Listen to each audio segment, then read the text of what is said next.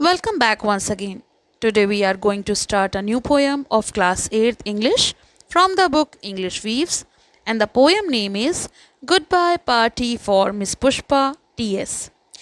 This poem is composed by Nisim Ezekiel. So let's start. ये एक हास्य और व्यंग से भरी हुई कविता है। कवि ने इसमें एक विदाई समारोह यानी फेयरवेल पार्टी में दिए गए भाषण को प्रस्तुत किया है। तो चलिए पोयम स्टार्ट करते हैं।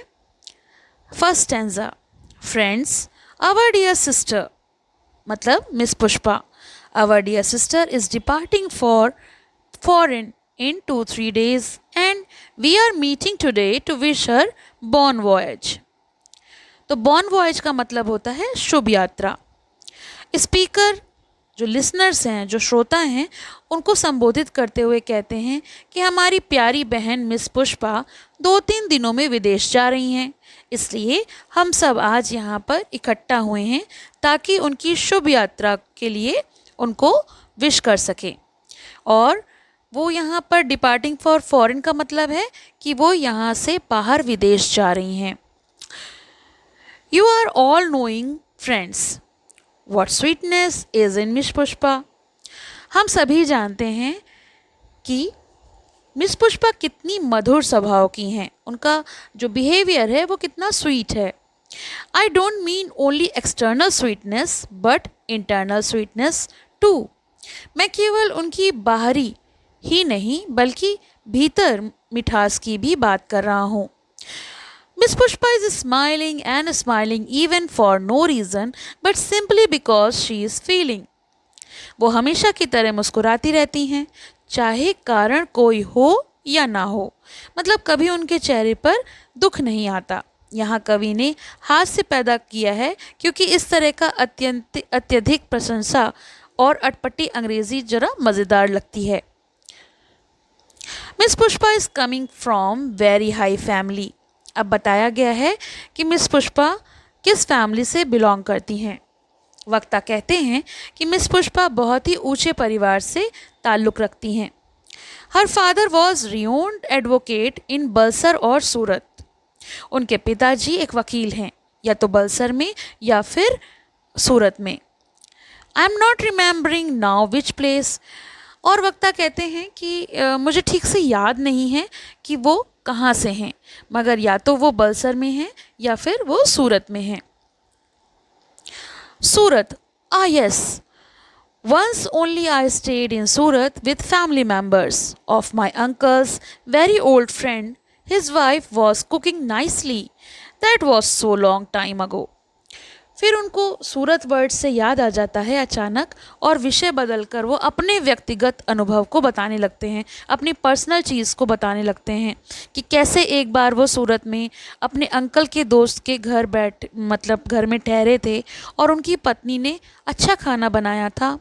यहाँ कवि व्यंग करता है कि विदाई भाषण देने वाले लोग अक्सर विषय से भटक जाते हैं और अप्रासंगिक बातें करने लगते हैं।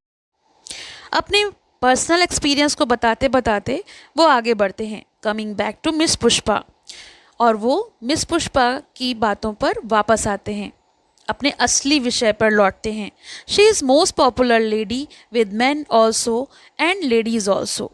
और वो बताते हैं कि मिस पुष्पा जो हैं वो पुरुषों और स्त्रियों दोनों में ही बहुत लोकप्रिय हैं, मतलब उनको सभी काफ़ी पसंद करते हैं।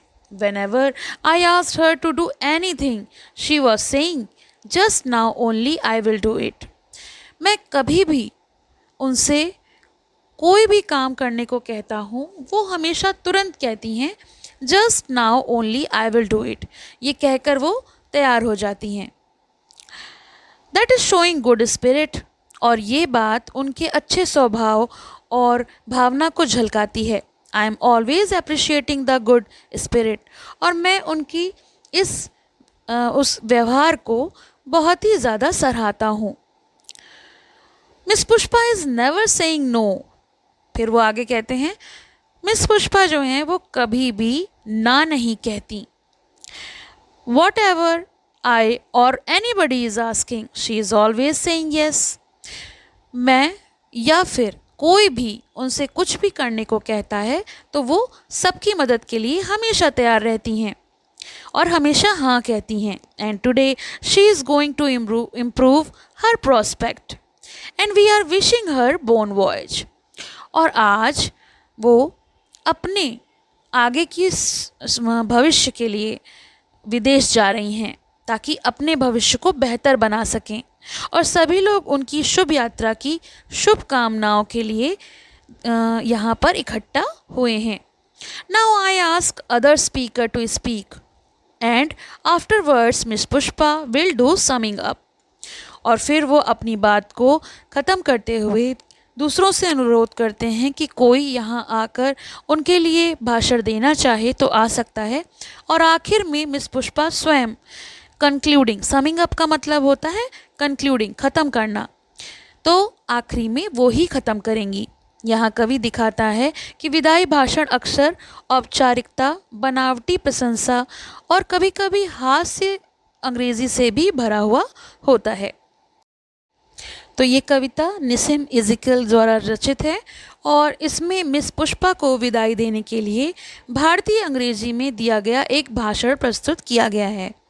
वक्ता उनकी मिठास, उनके चेयरफुल बिहेवियर, उनकी हेल्पफुलनेस और उनकी पॉपुलैरिटी की प्रशंसा करते हैं।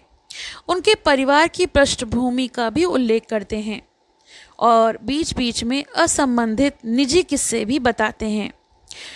तो ये जो कविता है वो थोड़ा सा व्यंग भी है और मज़ेदार भी है। तो ये तो हो गई कविता की समरी और इसका एक्सप्लेनेशन। इसके क्वेश्चन आंसर्स का लिंक आपको डिस्क्रिप्शन में मिलेगा, तो आप वहाँ से देख सकते हैं। Thank you for watching, have a nice day. पसंद आया हो तो लाइक करें, शेयर करें और चैनल को सब्सक्राइब करें।